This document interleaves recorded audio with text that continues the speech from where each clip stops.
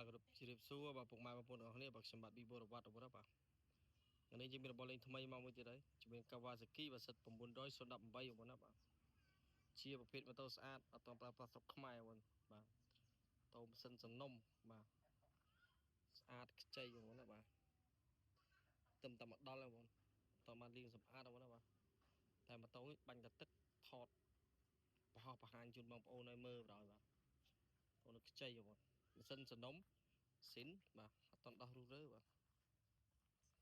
នេះអានេះពណ៌បៃតងបងប្អូនពណ៌បៃតងបាទពណ៌ស្អាតបងប្អូនណាបាទឥឡូវមុខម៉ាស៊ីននេះនៅស្អាតបងប្អូនណាបាទនៅស្អាតនៅសនំបងប្អូនឥឡូវប្រឆេះបងប្អូនយើងបានស្ដាប់តលេងបាទស្មាំងលេងបងប្អូនណាអាក្រាប្រូវិច10000គីឡូជាងបងប្អូនណា10000គីឡូជាង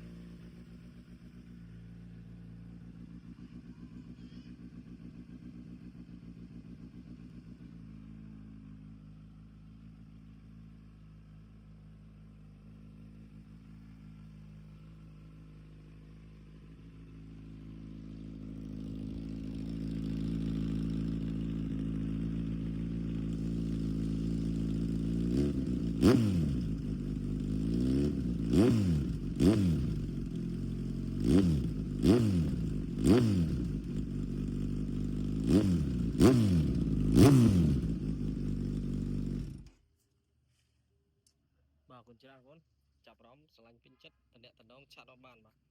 ជ្រាបលាពុកម៉ែបងប្អូនទាំងអស់គ្នាបាទតោស្អាតទិញដាច់បៃដូរបានណាបាទធានាជូនអត់តន់ប្រើប្រាស់ស្រុកខ្មែរ